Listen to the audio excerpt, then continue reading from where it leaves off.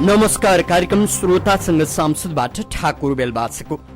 कार्यक्रम श्रोतासँग सांसद तपाईले इमेज एफएम 979 र इमेज न्यूज एफएम 103.6 बाट सुन्न सक्नुहुन्छ। कार्यक्रममा हामीले मुलुकको पछिल्लो राजनीतिमाथि केन्द्रित रहेर व्यवस्थापिका संसदका एकजना सांसद सदस्यसँग छलफल गर्ने गर्छौं। यति बेला राजनीतिक वृत्त होस् या आम नागरिकका बीचमा होस्, संविधान संशोधनको विषयले निकै चर्चा पाएको छ। विशेष गरी सरकारमा आबद्ध राजनीतिक दलहरूले संविधान संशोधनको खाका तयार पार्दै छलफलमा व्यस्त रहेका समाचारहरू सार्वजनिक भएका छन्। यो विषयमाथि केन्द्रित रहन्छौं र आज हामीले सद्भावना पार्टीका महासचिव मनिष सुमनसँग छलफल गर्छौं। श्रोता, जारी नयाँ संविधानमा राष्ट्रपति, उपराष्ट्रपति, प्रधानमन्त्री, प्रधान न्यायाधीश, सभामुख, राष्ट्रिय सभाका अध्यक्ष, प्रदेशका राज्यपाल, मुख्यमन्त्री, प्रादेशिक सभाका सभामुख, सुरक्षा निकायका प्रमुख जस्ता पदमा पुग्न वंशजकै आधारमा नागरिक हुनुपर्ने व्यवस्था गरिएको छ। यो व्यवस्थालाई लिएर संघीय गठबन्धनले चर्को विरोध गरेको छ। अहिले संविधान संशोधन गर्नका लागि सरकारमा आबद्ध रहेका दलहरूले यो व्यवस्थालाई हटाएर अंगीकृत नागरिक लिएको 10 वर्षमा वंशजकै हैसियतमा ती पदहरूमा पुग्न सकिने व्यवस्था गर्न लागेको भन्ने खबरहरू सार्वजनिक भए सँगसँगै यसको चर्को विरोधपछि सरकार पछाडि हटेको बताइएको छ। हामी आजको कार्यक्रममा सद्भावना पार्टीका महासचिव मनिष सुमनसँग संविधान संशोधनका बारेमा सरकारको तयारी कस्तो छ र सरकारले प्रारम्भिक मस्यौदा संशोधनका लागि तयार गरेको मोर्चाका सामु पठाइसकेको खबर पनि सार्वजनिक भएको छ। सँगसँगै सरकारले यो असत्य समाचार भनेर पनि खण्डन गरिसकेको छ। यथार्थ के हो? संविधान संशोधनको प्रक्रियामा सरकार र मोर्चाका बीच कस्तो समन्वय भइराखेको छ, हामी छलफल गर्छौं। यो छलफलमा तपाईँ पनि सहभागी हुन चाहनुहुन्छ भने हाम्रो स्टुडियोको टेलिफोन नम्बर 40065626 मा फोन गर्न सक्नुहुनेछ। सहभागी श्रोता मित्रले छोटो तर्कसंगत बुझिने गरी विषयसँग सम्बन्धित रहेर एउटा मात्र प्रश्न राखिदिनुहोला। हामीसँग आज सद्भावना पार्टीका महासचिव मनिष सुमन हुनुहुन्छ, हाम्रो टेलिफोन सम्पर्कमा आइसक्नु भएको छ। सुमनज्यू, यहाँलाई इमेज एफएममा हार्दिक स्वागत छ। धन्यवाद ठाकुरजी। अब संविधान संशोधनका लागि सरकारले अन्तिम गृह कार्य गरिराखेको र मोर्चासँग पनि छलफल गरिराखेको समाचारहरू सार्वजनिक भएका छन्। हो, अब सरकारले तपाईहरूले भनेको जस्तो अथवा मोर्चाको माग जस्तो गरी संविधान संशोधनको अन्तिम तयारी गर्दैछ? सरकारले गरेका सबै तयारी त हामीलाई थाहा छैन, त्यो सरकारलाई थाहा हुने कुरा भयो। तर साँच्चै पनि सरकारले संयुक्त लोकतान्त्रिक मधेसी मोर्चासँग 14 गते अर्थात् तिहारकै दिन बेलुका 4 बजे दोस्रो पटकको औपचारिक वार्ता नै गर्यो। सरकारले आफ्ना घटक दलका सबै नेताजीहरूलाई बोलाएर, संयुक्त लोकतान्त्रिक मधेसी मोर्चाका पनि नेताजीहरूलाई बोलाएर बालुवाटारमा औपचारिक छलफल गरेकै हुन्। त्यस पश्चात पनि सम्मान्य प्रधानमन्त्रीजी, हाम्रा मोर्चा घटकका अध्यक्षजीहरू बीच बेला बेलामा टेलिफोनिक वार्ताहरू पनि भइरहेकै छन्, अर्थात् भनेको अनौपचारिक वार्ताहरू पनि भइरहेकै छन्। र हिजो सञ्चार माध्यममा आए जस्तै कुनै लिखत कागजको आदान वा प्रदान भएको छैन, अथवा त्यस्तो कुनै लिखत कागज सद्भावना पार्टीलाई त पटक्कै प्राप्त भएकै छैन। यो म स्पष्ट गर्न चाहन्छु। मोर्चाकै अन्य कुनै घटक दललाई प्राप्त जस्तो नि सुमनजी, अब तपाईहरूको माग मध्येको अत्यन्तै महत्त्वपूर्ण मानिएको अंगीकृत नागरिकताको विषय हैन, अहिले चाहिँ अंगीकृत नागरिकता लिएको 10 वर्षपछि संवैधानिक पदहरू जस्तो अब राष्ट्रपति, उपराष्ट्रपति, प्रधानमन्त्री, सुरक्षा निकायका प्रमुख, सभामुख, यो पदहरूमा जान पाउने प्रावधान सहित संविधान संशोधन गरिँदैछ भन्ने खबरहरू बाहिर आए र यी खबरप्रति सर्वसाधारण नागरिकले चर्को विरोध पनि गरे। यो यदि यो ढङ्गबाट संविधान संशोधन गर्न खोजिएको हो भने तपाईहरुको माग एउटा मुद्दा माथिको सुनवाई भएको हो, त्यो तपाईहरु सन्तुष्ट हुनुहुन्छ? लिखतमा के छ हामीलाई थाहा भएन, तर औपचारिक र अनौपचारिक कुराकानी हुँदा नागरिकताकै बारेमा भएका कुराकानीहरू म तपाईलाई स्पष्ट पार्न चाहन्छु। नागरिकतामा भएका कुराकानी के छन् भने अन्तरिम संविधान 2063 मा भएका व्यवस्थालाई तत्कालीन हामी 7 पार्टीले मानेका थियौं। सो व्यवस्था अहिले त्यही 7 पार्टी मध्येका अधिकांश पार्टी हामी अहिले सरकारमा अथवा संसदमा हालिमुहालीमा छौं। तसर्थ पनि त्यो तत्क्षण मानेकोले अहिले किन असान्दर्भिक भयो भन्ने कुरा अवैज्ञानिक हुन्छ। तसर्थ पनि 2063 को अन्तरिम संविधानमा व्यवस्था भएकोलाई सुमनजी अब 2063 को अन्तरिम संविधानमा अंगीकृत नागरिकताको प्रावधान के थियो एकचोटि बुझाइदिनुस् त। त्यसमा तपाईलाई तत्क्षण कल्पना गरिएको अंगीकृत नागरिकले 10 वर्ष वा 15 वर्षमा किटानसाथ भन्न सक्दिन, तर 10 वर्ष नै होला, 10 वर्षसम्म लगातार नेपालमा बसोबास गरेपछि कुनै पनि संवैधानिक पदहरूमा पुग्न सक्ने भन्ने व्यवस्था तपाईलाई अन्तरिम संविधान 2063 मा थियो। अहिले आएर तपाईलाई 9 वटा पदहरूमा अंगीकृत नागरिकलाई अथवा भनौं वंशज मात्र नागरिकलाई तपाईलाई तोकियो। म तपाईलाई के निवेदन गर्छु भने त्यही सरकारसँग भएका औपचारिक अनौपचारिक छलफलमा पनि उठेका कुरा जस्तो नि अब तपाईहरु अलिकति यो नागरिकता क्लियर गरौँ।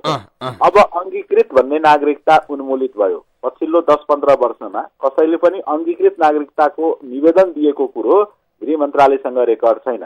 अंगीकृत भनेको अब वैवाहिक अंगीकृत चाहिँ यथावत छ, यो कुरो मैले पनि माने। वैवाहिक अंगीकृत कस्तो छ भने हामी नेपाली युवाले दुनियाँका अन्य कुनै मुलुकका चेलीसँग विवाह गरे भने यी चेलीले आफ्नो मुलुकको नागरिकता परित्याग गरेको खण्डमा र नेपालमा नागरिकताको आवेदन दिएको खण्डमा तिनलाई वैवाहिक अंगीकृत दिइनेछ।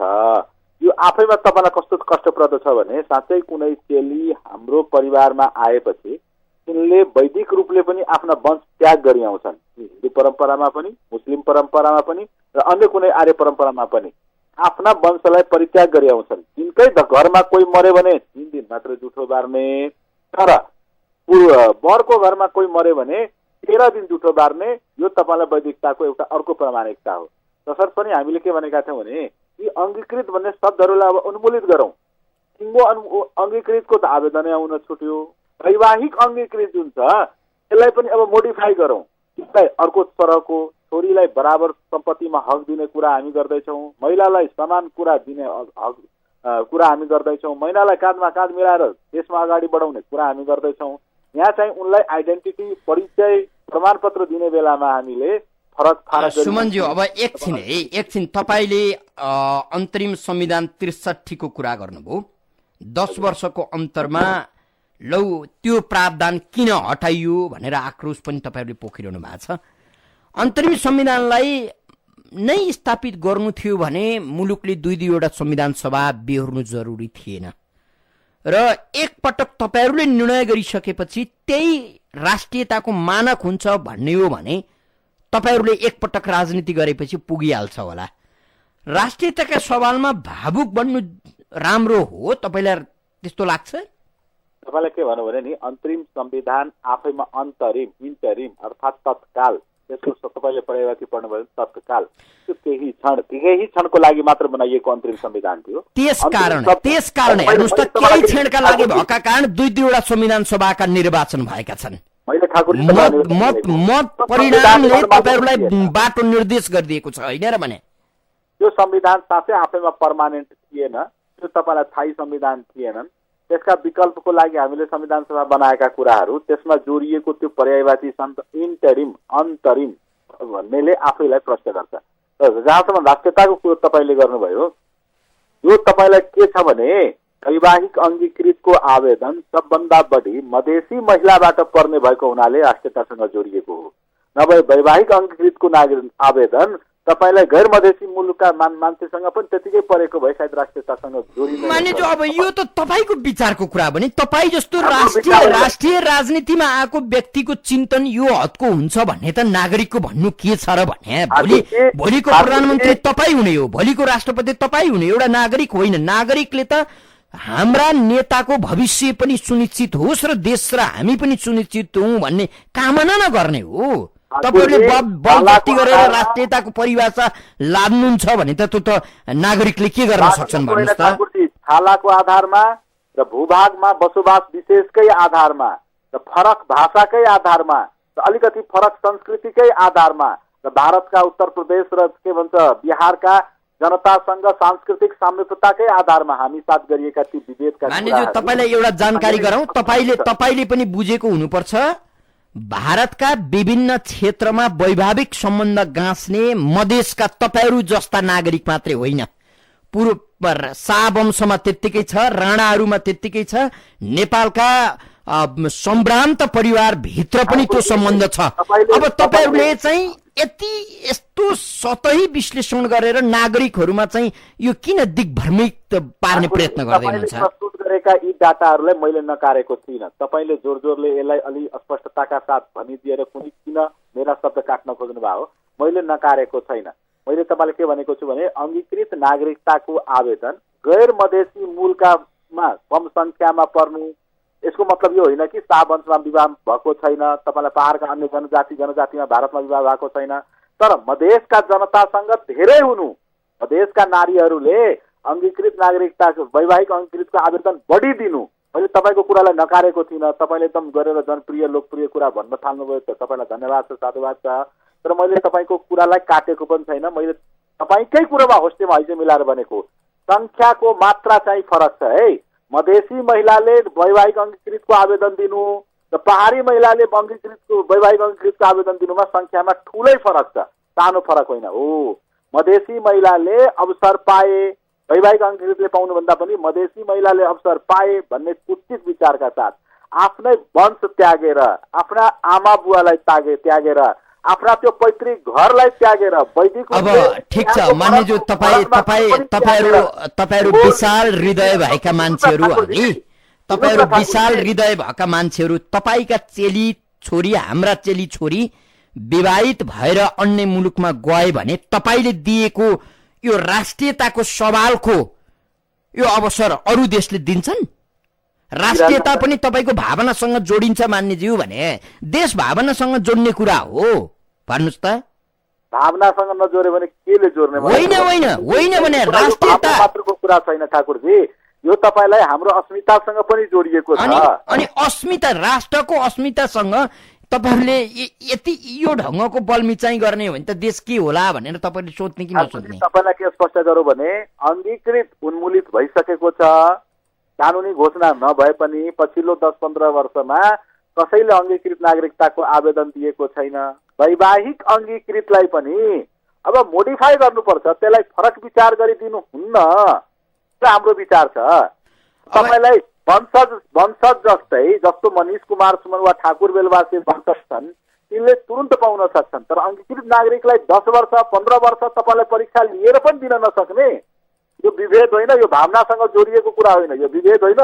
तपाईले अंश दिने, सब थोक दिने, राजनीति गर्न दिने, तर मुख्यमन्त्री बन्न नदिने, मन्त्री बन्न नदिने, निर्वाचन आयोगको सदस्य बन्न नदिने भनेको अब सुन्नुहोस् है, नेपालमा सुन्नुहोस् न, नेपालमा वंशजको नागरिकता लिएका महिलाहरू राजनीति गर्न सक्षम छैनन्। नेपाली पुरुषहरूले राजनीति गराउनका लागि अन्यत्र विभिन्न मुलुकमा बिहे गर्नु पर्यो, उनीहरूलाई अङ्गीकृत दिनु पर्यो, 10 वर्षपछि वंशज दिनु पर्यो र उनीहरूलाई राष्ट्रपति, प्रधानमन्त्री, प्रधान सेनापति, प्रधान न्यायाधीश बनाउनु पर्यो। आफ्ना चेलीबेटी जो वंशज छन्, जो जन्मजात नेपालमा रगत पसिना बगाएका छन्, उनीहरूलाई भन्दा पनि विदेशीहरूलाई अलि जोड दिनु पर्यो बुहारी बनाएर। ठाकुरजी, तपाईले मैले भनेका कुरालाई यतिका क्रोध र आक्रोशका साथ आफूलाई राष्ट्रिय साबित गर्नको लागि किन बङ्ग्याउनु भयो मलाई थाहा छैन। मैले तपाईले भनेका यी कुराहरू भनेका होइनन्। तपाईले मेरा कुरालाई बढी अर्थ लगाएर आफै विश्लेषण गर्नुहुन्छ भने मैले अन्तर्वार्ता दिनुको कुनै औचित्य नै रहँदैन।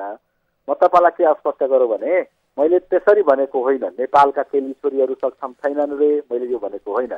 नेपालका पुरुषहरूले परदेशीबाट विवाह गरेर ल्याएर यहाँ राजनीतिमा स्थापित गराउनु पर्यो रे, मैले भनेको छैन।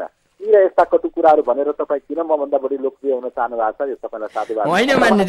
होइन सुमनज्यू, लोकप्रिय त तपाईँ नै हो नि। अब मेरो कुरा त स्पष्ट गर्न दिनुहोस्, मलाई अवसर दिनु भएको छ भने मेरो अवसर भन्नुहोस्। 9वटा पदमा अहिलेको नेपालको संविधान 2072 को धारा 289 लेखिएको कुरामा 9वटा पदमा तपाईलाई वैवाहिक अङ्गीकृतलाई वञ्चित गरिएको रहेछ अथवा वंशज बाहेकलाई वञ्चित गरिएको रहेछ।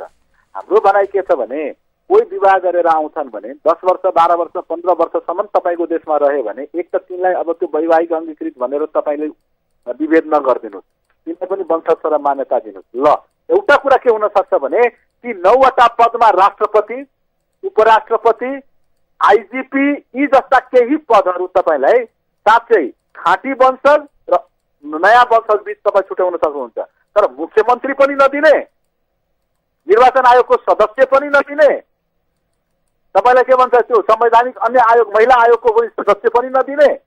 हामीले त्यो माग्दा हाम्रा चोली छेरी अक्षम छन् भनेर मैले कहाँ भनेर मान्यज्यू सुमनज्यू तपाईसँग मैले सामान्य के यो लेम्यानको बुद्धि भन्छ नि, अब तपाईहरु त बढी बुद्धिमानी है, यो देश जोगाउन लागि परेका मान्छेहरू। तपाई बुद्धिमानी हुनुहुन्छ। सुन्नु न म तपाईलाई अब हाम्रो जस्तो गरिब मुलुक त यहाँ त नेता मात्रै धनी हुने हो नि त, पार्टी खोलेपछि धनी हुने हो। हामी जस्तो गरिब मुलुकका गरिब नागरिक भएको यो मुलुकमा मान्नुस् एकछिनको उदाहरणका लागि कुनै एउटा चलाक पुरुषले कुनै एउटा भयंकर धनी मुलुकको एउटा भयंकर धनी चेलीलाई ल्याएर राजनीति गराउन चाह्यो र उसको आफ्नो पत्नीलाई मुलुकको बागडोर सम्हाल्ने स्थितिमा पुर्याइदियो भने तपाईहरुले त्यो सहन गर्नु पर्यो। तपाईहरुका कारण देशले त सहन छ नै। यस्ता काल्पनिक कुरा होइन किन होइन भने गरिब मुलुकमा काल्पनिक कुरा नै सत्य हुन्छन् के सुमनजी। तपाईका यस्ता काल्पनिक कुराहरूले कसरी तपाईले यो आम नेपाली जनतालाई दिग्भ्रमित गर्ने कल्पना हो के। म तपाईलाई एउटा के निवेदन गरौँ भने नि ठाकुरजी, नागरिकता हामी जुन बहस गरिरहेका छौँ नि, एउटा यहाँका शासकहरूले नागरिकता दिन कन्जुसियाई गर्नुको पछाडि एउटा के छ भने नेपालमा नागरिकता लिनको लागि मरिहत्ते गर्छन्। मेरा कुटुम्बहरू बिहारमा नागरिकता प्राप्त छन्, त्यहाँका आधार कार्ड प्राप्त छन्, त्यहाँका रासन कार्ड प्राप्त छन्। थाहा छ तिनलाई के सुविधा छ? तिनलाई 4 रुपैयाँ लिटर मट्टितेल। तपाईँ त्यसो भन्नुहुन्छ मान्य सुमनज्यू, तपाईँ त्यसो भन्नुहुन्छ। सुन्नु नै सुन्नुस् न, फरक भनेको नागरिकता दिन कन्जुसियाई गर्नेहरूका लागि यो डाटा एकदम सहज हुन्छ कि 6 रुपैयाँ किलो चामल। मेरो बुवा नेपालको स्कुलमा माध्यमिक विद्यालयको 2य श्रेणीमा भएको रिटायर मान्छे, उनको पेन्सन 21,000। मेरो फुफाज्यू प्राथमिक विद्यालयबाट अवकाश प्राप्त शिक्षक मधुबनी जिल्ला बिहारको, उनको पेन्सन 39,000 भारू। मैले तपाईँलाई सुविधाको फरक सुनाएको कि त्यही भएर भारतका छोरी चेलीहरू नेपालको नागरिकता लिन मरिहत्ते गरे। धनी छोरी चेलीहरूले पनि नेपालका गरिबसँग हेर्नुस् त यस्ता तपाईँले दिएको यो दृष्टान्तले राष्ट्रियता जोगिँदैन। हेर्नुस् तपाईँलाई एउटा यो पनि आँकडा तपाईँले सम्झिनुहोस्। सुन्नुहोस् न, यो पनि आँकडा तपाईँले सम्झिनुहोस्। गैर मधेसी मात्रको काँधमा होइन नि तपाईँले यो आँकडा पनि सम्झिनुहोस् कि तपाईँको चाहिँ नेपाली नागरिकता लिएर पश्चिमा मुलुकहरूमा जान लालायत हुने कैयन मुलुकका नागरिकहरू अहिले पनि लागि परेका छन्। कैयौं ठाउँमा आपराधिक घटनामा मान्छे विदेशी हुन्छ तर नागरिकता नेपालको लिएको हुन्छ, ऊ पक्राउ परिराखेको छ। असंख्य डाटाहरू भेटिएका छन्। हेर्नुहोस् होइन, तपाईँले दिएको यो दृष्टान्तले हामी कतै पक्षपोषण गरे होइन है। ती अपराधीहरू नेपालका अपराधी हुन् अथवा भारतका अपराधी हुन्, नागरिकता लिएर अपराध गरेका हुन्, नागरिकता नलिएर अपराध गरेका हुन्, ती अपराधी। अब संविधान संशोधन के हुँदैछ त? तपाईहरुको कल समाप्तको दिशातिर जाँदैछ कि होइन? अझ उचाइ लेला कलहले के हुने हो अलिकति बताइदिनुस् न। 3 महिना अगाडि 3-3.5 महिना अगाडि श्रावण 19 गते सम्माननीय प्रधानमन्त्रीजीले हामी साथ गरेको सम्झौता अनुसार यसका सबभन्दा प्रमुख मुद्दा भनेको साँच्चै पनि तपाईँलाई संविधान संशोधन थियो। हाम्रा 6-7 वटा विषयसँग अन्तर सम्बन्धित 50-52 वटा धाराको दायरामा संविधान संशोधन गरौँ भनेर हामीले सरकारलाई मौखिक भेटेर थुप्रै प्रकारका दबाब दिइरहेका छौँ। सरकारले औपचारिक अनौपचारिक छलफल हामी साथ गरिरहेको कुरा मैले अझै पनि निवेदन गरेँ, दोहोऱ्याइ पनि रहेका छौँ। औपचारिक वार्ता पनि 2 पटक भइसकेको छ र अनौपचारिक छलफल पनि भइरहेको छ। यी सबैमा भएको निष्कर्ष के छ भने कार्तिक महिनाभित्रै संविधान संशोधन विधेयक सरकारले संसदमा दर्ता गराउने छ। हामी त्यसैको इन्तजारमा बसिरहेका छौँ। साँच्चै पनि दर्ता गराउँला। अब त्यो भित्र के भइरहेको छ भन्ने कुरामा साँच्चै भन्ने हो भने सबभन्दा जस्तो हिजै आएको चर्चाको त्यो पढौँ भने सबभन्दा महत्त्वपूर्ण कुरा अहिले त मोडियो नागरिकतालाई बनाइयो, तर सबभन्दा महत्त्वपूर्ण कुरो ती 7वटा मध्ये कुनै कम वा कुनै बढी महत्त्वपूर्ण छैनन्। तर अन्य कुराहरूको नजिक नजिक हुँदा पनि संहिताको कुरामा हामी धेरै टाढा छौँ। संहिता भनेको हामीले मागेका अनुसारको संघीय प्रदेश, उहाँहरूले कायम गरेको अनुसारको 7वटा संघीय प्रदेश, यसलाई मोडिफाई गर्न सरकार अथवा त्यो विधेयक धेरै टाढा देखिन्छ। तिनीहरूले के भन्दैछन् भने संघीय सीमाङ्कन आयोग, जुन नेपालको संविधान 2072ले कल्पना पनि गरेको छ, त्यसलाई कायम गरौँ, गठन गरौँ र त्यो संघीय सीमाङ्कन आयोगले अहिले भएका ती विवादित भनिएका जिल्लाहरूको बारेमा निर्णय गरेर पछि ठहरे बमोजिम हुने गरी भनेर अहिले तपाईँहरू मानिदिनुहोस् भनेर हामीले उहाँहरूको आग्रह सुरक्षित आएको छ। हामीले उहाँलाई के स्पष्टताका साथ भनेका छौँ भने होइन, विगतमा पनि मदन परियारजीको नेतृत्वमा राज्य पुनर्संरचना उच्चस्तरीय सुझाव आयोग बन्यो, यसले प्रतिवेदन पनि दियो। खै त तपाईँको चियो चासो। हिजोको प्रथम संविधान सभाका लोकेन्द्र विष्ट मगरको नेतृत्वमा राज्य पुनर्संरचना समिति 11वटा विषयगत समिति मध्येका एउटा महत्त्वपूर्ण विषयगत समिति पनि गठन भयो, त्यसले पनि प्रतिवेदन दियो। होइन त चियो चासो। हामीले के भनेका छौँ भने हिजोका समिति र आयोगका प्रतिवेदनहरूलाई नमान्ने तपाईँहरू भोलि फेरि कुनै सीमाङ्कन संघीय आयोग बनाएर त्यसका प्रतिवेदनलाई मान्नुहुन्छ भनेर के आधार छ? तपाईँहरूको बानी त हामीले हेरेका छौँ। तसर्थ जे गरौँ नगदमै गरौँ, उधारो नगरौँ। हामीले तपाईँलाई 11 सूत्रीय मागपत्रमा दिएको अनुसार मुलुकमा 11वटा प्रदेश हुनुपर्दछ।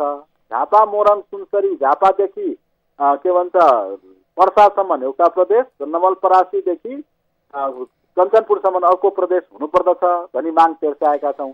यसमा तपाईँले के दिन सक्नुहुन्छ? झापा दिन्न भनेपछि दिन्न भन्नुहोस्, कञ्चनपुर दिन्छु भनेपछि दिन्छु भन्नुहोस्, झापाको यो गाउँ दिन्छु भनेपछि दिन्छु भन्नुहोस्, मोरङको यो गाउँ दिन्न भनेपछि दिन्न भन्नुहोस्। यो जस्तो नि यो देश तपाईहरूको खल्तीमा छ। पुष्पकमल दाहाल, मनिष सुमन, शेरबहादुर देउवा, केपी ओलीको खल्तीमा छ होइन। तपाईँले च्याट्ट झिक्ने च्याट्ने, मन लागेको यता फ्याँक्ने, नलागे उता फ्याँक्ने, मन लाग्यो आगो लगाएर ताप्ने हो। नागरिकको कुरा चाहिँ चाहिँदैन। ठाकुरजी तपाईँलाई स्पष्टताका साथ भनौँ, हो तपाईँले नै भनेका कुरामा अब मेरो तपाईँको कुरा एकदम ठ्याक्कै मिल्यो जस्तो लाग्यो। हामीले के भनेका थियौँ भने संघीयताको सीमाङ्कन गर्दा अनुशासनका 3वटा सिद्धान्त जुन हामी सबैले विगतमा मान्दै आएका छौँ, ती भनेका पहिचान र सामर्थ्यको सिद्धान्त 1, ती भनेका मदन परियार नेतृत्वको राज्य पुनर्संरचना समितिको प्रतिवेदनको आधारको सिद्धान्त 2, ती भनेका लोकेन्द्र विष्ट मगरजीको राज्य पुनर्संरचना समिति जुन संविधान सभाको एउटा महत्त्वपूर्ण विषयगत समिति हो त्यो, जसको सम्पत्तिलाई तपाईँलाई नयाँ संविधान सभा अर्थात् दोस्रो संविधान सभाले पनि मेरो सम्पत्ति हुनेछ भनी फुल हाउसले मानेको कुरो थियो, त्यसको प्रतिवेदनको आधारको सिद्धान्त 3। यो 3वटा सिद्धान्तलाई मानेर संघीयताको सीमाङ्कन गऱ्यौँ भने त्यो न्यून विवादित हुन्छ। तर अहिलेका ती ओलीजी, प्रचण्डजी र तत्कालीनका सुशील कोइरालाजी र हाम्रा एकजना विजयजी पनि बसेर जेठ 25 गते आफै ठुलै विश्वकर्मा र वैज्ञानिक छानिकन सुरुमा त के भने 6 महिना लगाएर 8वटा प्रदेश निर्माण गर्ने गरी एउटा आयोग बनाऊ।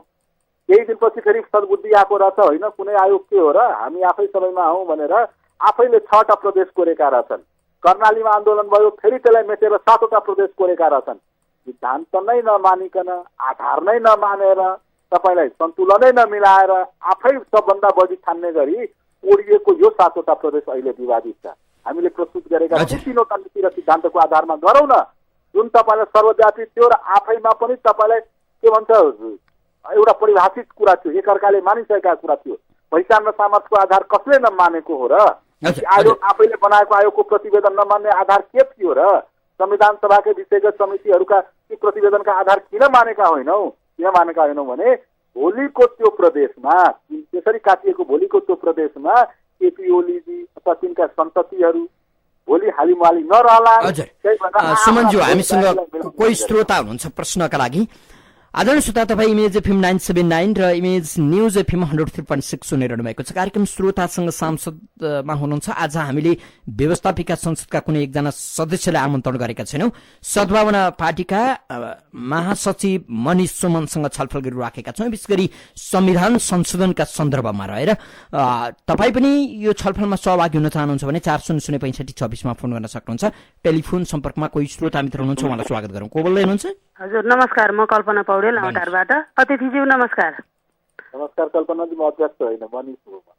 अतिथिज्यू यहाँ कार्यक्रममा आउनुभएको अतिथिजी भने मैले यहाँको धेरै कुराहरू सुनियो। यहाँको भनाइअनुसार तपाईँहरूले मधेसको चाहिँ प्रतिनिधित्व गर्नुभएको छ। मधेसका महिलाहरूलाई तपाईँहरूले चाहिँ राम्रो पदमा दिनको लागि अथवा महिलाहरूको उत्थानको निम्ति, महिलाहरूलाई चाहिँ मुक्तिको निम्ति तपाईँले कुरा गर्दै हुनुहुन्छ। महिलाहरू चाहिँ दिनानुदिन जलेर मर्नु परिरहेको छ। दाइजोको चाहिँ न्युमा, बक्सीको न्युमा मरिराख्नु परेको छ। तपाईँहरू चाहिँ विदेशीलाई चाहिँ वंशजको नागरिकता दिनुपर्छ भने यत्रो हुन्डी कस्दै हुनुहुन्छ। नेपालका महिलाहरू चाहिँ भारतमा बिहे भएर गयो भने 7 वर्ष कुर्नुपर्छ उनीहरूले अंगीकृत नागरिकता लिनको लागि। यसमा के भन्नुहुन्छ भन्नुहोस् त? तपाईँको कुरो मैले स्वीकार गरेँ। जहाँसम्म तपाईँले ती बोक्सी प्रथा, तपाईँले त्यो दहेजको लागि जलाएर मारिएका कुरा भन्नुहुन्छ, ती कुरीति हुन्। त्यसका हामीले विरोध गर्नुपर्दछ। त्यो भनेको कुनै भूभाग विशेष मात्रामा हुन्छ भन्ने छैन। मधेस मात्रामा हुन्छ, काठमाडौँमा हुँदैन अथवा पहाडमा हुँदैन बोक्सी प्रथा भन्ने छैन। कहीँ कम होला, कहीँ बढी होला। ती हाम्रो समग्र नेपालीको लागि अभिशाप हो। ती कुरीतिहरूलाई हामीले साँच्चै उन्मूलन गर्नु नै पर्दछ। जहाँसम्म तपाईँले विदेशी महिलालाई नेपालमा हामीले वंशज नागरिकता दिलाउन खोज्यौँ भन्ने कुरा गर्नुभएको छ, त्यसका आधारहरू मैले अन्तर्वार्ताको सुरुमा पनि प्रस्तुत गरेका थिएँ। त्यो सहजै दिलाउन खोजेका होइनौँ। हामीले कसैलाई यहाँ वंशज बन्न, कोही वंशज बन्न आतुर छन् भन्ने कुरा पनि छैन। यी त नेपाल र भारत बीच वैवाहिक सम्बन्ध छँदै छैन। नेपालका युवाहरूले अब विश्वका अन्य कुनै मुलुकका महिलासँग विवाह गर्नै पाउँदैनन् भन्ने ऐन बनाउनु पर्यो। ती तिनलाई हामीले विवाह गरेर भित्र्याउँदा वैदिक नीतिले पनि, हिन्दू परम्परा, मुसलमान परम्पराले पनि छोरी पुरुषको घर जाने हुन्। पुरुषको घर आउँदा ढोल पिपी र नौमती बाजा बजाएर भित्राइएका त्यस्ता चेलीलाई हामीले उच्च सम्मान, जसले आफ्ना वंश नै त्यागेर हाम्रो वंशलाई स्वीकार गरेका हुन्छन्, तिनलाई उच्च सम्मान दिनु पर्दछ भन्ने मान्यता राखेका हौँ। त्यस्तो हकमा वैवाहिक अङ्गीकृत दिएर अन्य सर अङ्गीकृत उन्मूलित भइसकेको अवस्थामा फेरि कुनै यस्तै अङ्गीकृत नामको नागरिकता दिएर फरक व्यवहार भन्दा अलिक सम्मानित व्यवहार गरौँ भन्न खोजेका। हामीसँग फेरि अर्का कोही श्रोता हुनुहुन्छ। को बोल्दै हुनुहुन्छ? कहाँबाट को बोल्दै हुनुहुन्छ? टेलिफोन सम्पर्कमा कोही श्रोता मित्र हुनुहुन्छ। को बोल्दै हुनुहुन्छ? उहाँसँगको सम्पर्क विच्छेद भएको छ। फेरि अर्का कोही श्रोता मित्र आइसक्नु भएको छ। को बोल्दै हुनुहुन्छ? कहाँबाट को बोल्दै हुनुहुन्छ? म खोटाङ पौवाछराबाट रुद्र विष्ट बोल्दैछु। नमस्कार। हजुर रुद्रजी नमस्कार। यहाँलाई मैले क्वेसन के गर्न चाहेँ भने भारतले नेपालमा हेर्ने दृष्टिकोण धेरै फरक देखिन्छ। कहिले तपाईँहरू जस्ता मधेसी दललाई उचालेर अघोषित नाकाबन्दी गर्ने, कहिले प्रचण्ड जस्तालाई बोकेर नेपालको राजनीतिमा खलबल पुर्याउने, सरकार बनाउने र चलाउने जस्तो काम गर्छ। तपाईँहरू मुखर्जी आउँदाखेरि नेपालमा हेर्ने दृष्टिकोण र नेपालको स्वाभिमानलाई हस्तक्षेप नगर भन्नुको बदलामा नागरिक अभिनन्दन गर्नुहुन्छ, अगुवा पछुवा लाग्नुहुन्छ। के हो तपाईँहरूको राजनीति? एकदम रुद्रजी एकदम सही कुरा गर्नुभयो। भारतसँगको सम्बन्धको बारेमा संयुक्त लोकतान्त्रिक मधेसी मोर्चा या सद्भावना पार्टी प्रष्ट छ। सबभन्दा पहिलो कुरो के हो भने नेपाल अखण्ड थियो, अखण्ड छ, अखण्ड रहिरहनेछ भन्ने कुरा सद्भावना पार्टीको विदेश नीतिको पहिलो कुर्ती हो। दोस्रो कुरा भन्यो भने मुलुक विश्वका तकरिबन हजारौं मुलुकसँग हाम्रो मित्रवत सम्बन्ध रहे पनि भारतसँग एक प्रकारको विशिष्ट सम्बन्ध छ नै। तर भारत ठुलो भयो, त्यही भएर उसँग ईर्ष्या गरी उसका गाली दिएर उसलाई विरोध गरेर मात्र नेपाली राष्ट्रता स्थापित हुन्छ भन्ने मान्यताका हामी विरोधी हौँ। जहाँसम्म नागरिक अभिनन्दन गर्ने कुरो थियो, काठमाडौँका नगरपालिकाले पनि नागरिक अभिनन्दन गरेकै हो, जनकपुरका जनताले पनि नागरिक अभिनन्दन गरेकै हुन्। यी हामी नेपाली जनताले आफ्ना विदेशी मित्रहरूप्रति देखाएको एक प्रकारको उच्च तपाईँलाई के भन्छ सम्मान हो। त्यसरी सम्मान गर्दैमा हामीले भारतको अधीनस्थ स्वीकार गर्ने भन्ने कुरो छैन। भारतको इसारामा मोर्चाले नाकाबन्दी गरेको होइन, स्पष्ट गरौँ। संयुक्त लोकतान्त्रिक मधेसी मोर्चाका कार्यकर्ताहरूलाई निषेधित क्षेत्र लगाएर, कर्फ्यू लगाएर, गोली ठोकेर सडकमा आन्दोलन गर्न नदिइरहेको खण्डमा हामी सीमा नाकामा गएर धरना बसेका हौँ। सञ्चार माध्यमले त्यसलाई नाकाबन्दी भनेर साबित गरे। त्यसका जस र अपजस दुईटै संयुक्त लोकतान्त्रिक मधेसी मोर्चा स्वीकार गर्दछ। अच्छा, हामीसँग फेरि अर्का कोही श्रोता हुनुहुन्छ। को बोल्दै हुनुहुन्छ? हजुर नमस्ते। भन्नुहोस् त। सांसदजी नमस्ते। नमस्ते, म सांसद परिन। हजुर नेताजी भन्नुभयो। म श्याम खतिवडा सुनसरी नेउराबाट। भारतले आफूले भने जस्तो प्रचण्ड र देउबाको वफादार सरकार बनाएको छ, एउटा घोडघसियाको एउटा नाम दिउँ न। र तपाईँले राखिरहेको माग हरियाणाका हार्दिक पटेलले राखेको माग 8 जना मान्छे मारिएका छन् होइन, भारतबाटै मारिएका छन्। यो चाहिँ भारतको एउटा सशक्ति हेर्दा तपाईँहरूको माग प्रदेशको विभाजन र यो सेनामा प्रवेश समूहगत प्रवेशहरू। हजुर केही जवाफ दिनुहुन्छ? हजुर श्यामजी, प्रचण्ड र देउबाको सरकार भारतले बनाइदिएको कुरो अब कुनै कहाँबाट कसलाई कसरी ब्रह्म ज्ञान आयो हामीलाई त थाहा भयो। देउबाको सरकार ओलीजीको सरकार पनि कसैले बनाइदिएको थियो। अब हाम्रो सरकार अरूले बनाइदिँदा हामी कमजोर ठहर्नु होइन, हामीले अरूले बनाइदिएको सरकार स्वीकारेको छैन। हामीले निर्वाचित गरेर पठाएको संविधान व्यवस्थापिका संसदले आफ्ना विधि र नियम अनुसार बनाइदिएको सरकारलाई हामीले स्वीकार गर्छौँ। यसलाई कुनै मुलुकले बनाइदियो भनेपछि हामी कति कमजोर छौँ भन्ने ठान्छ। जहाँसम्म हार्दिक पटेलको कुरा गर्नुभयो, यो कुरो भारत सरकारलाई गर्नुपर्ने हो। भारत सरकारले हार्दिक पटेल साथ के गर्यो के गरेन भन्ने कुरोको जवाब सद्भावना पार्टी संयुक्त लोकतान्त्रिक मधेसी मोर्चा दिन तयार छ। हजुर हामीसँग फेरि अर्का कोही श्रोता हुनुहुन्छ, को बोल्दै हुनुहुन्छ? हेलो हजुर भन्नुहोस् त। ए म सुनसरी धरानबाट हो। भन्नुहोस्। ए सचिवज्यू नमस्ते। नमस्ते। ए हजुर, अनि हजुरलाई 2-3टा प्रश्न पनि हाम्रा श्रोताहरूले सोधिसके। अब त्यसमा हजुरले कति कुराहरूको उत्तर दिनुभयो, कति प्रश्न राख्दिनुस् मित्र, तपाईसँग प्रश्न छ? छ प्रश्न राख्नुस्। अनि हजुर त्यो जुन उहाँले भन्दै हुनुहुन्छ के अरे हाम्रो नेपालको चाहिँ नेपालमा ल्याएको चाहिँ कुनै बिहा गरेर ल्याएकोले चाहिँ अङ्ग्रेज राखेर पाएपछि चाहिँ मतलब यो उ गर्न पाउने, नेता बन्न पाउने अथवा प्रधानमन्त्री बन्न पाउने अथवा भने हाम्रो नेपालको चेली जाँदा चाहिँ अर्को देशले किन नगर्ने? त्यो एकदम सही कुरा हो। हामीले पनि नेपालका चेलीहरूलाई विदेशमा हामीसँगै के भन्छ प्राप्त हुनुपर्दछ भनेर हामी भन्दै आएका छौँ। जहाँसम्म अघि एकजना छलफलाजीले 7 वर्षपछि भारतले नागरिकता दिन्छ भन्ने कुरा गर्नुभएको थियो, त्यो सही होइन। हाम्रा मधेसका थुप्रै छोरीचेलीहरू भारत विवाह भएर गएका छन्, तिनलाई 7 वर्ष त लागेको छैन। वो सामान्य केही प्रक्रिया पूरा गरेर तिनलाई सहजै नागरिकता दिने चलन छ। हामी कहाँ पनि वैवाहिक अङ्गीकृत सहजै दिइन्छ, तुरुन्तै दिइन्छ, विवाह गरेको भोलिपल्ट नै दिइन्छ। आफ्ना मुलुकको नागरिकता परिचय गरेर नेपालको वैवाहिक अङ्गीकृत आवेदन गरे भने सप्रमाण तुरुन्तै दिइन्छ। तर अन्य मुलुकमा पनि हाम्रा छोरीचेलीलाई सम्मान पाउनु पर्दछ भन्ने तपाईँको कुरोसँग म सहमत। फेरि पनि अर्का कोही श्रोता हुनुहुन्छ, उहाँलाई स्वागत गरौँ। को बोल्दै हुनुहुन्छ? के भन्नुहुन्छ? टिकाराम अधिकारी। भन्नुहोस्। नमस्ते अध्यक्षज्यू। नमस्ते। कुरा जस्तो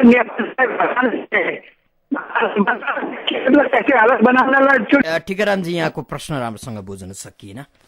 भनेपछि अब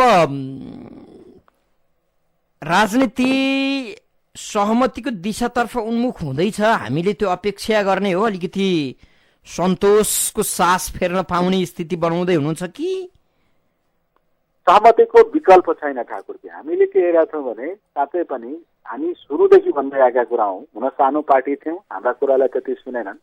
संविधान बन्ने कुरो गणितको आधारमा बन्नु। सानो पार्टी भएर के गर्नुहुन्छ? 6 महिना नाकाबन्दी गरिदिएर देश हल्लाइदिनु भयो। अनि होइन, मैले भन्दा मेरो कुरो सुन्नुहोस्। पहिला हामीले सुरुदेखि के भनेका थियौँ भने पहिलो संविधान सभा ताका पनि माओवादी केन्द्र, तत्कालीन नेकपा माओवादी र हाम्रा संयुक्त लोकतान्त्रिक मधेसी मोर्चाको संख्यालाई हेर्ने हो भने हामीले तेल पाल गरेर 2/3 पुग्याएर कुनै संविधान जारी गर्न सक्थ्यौँ।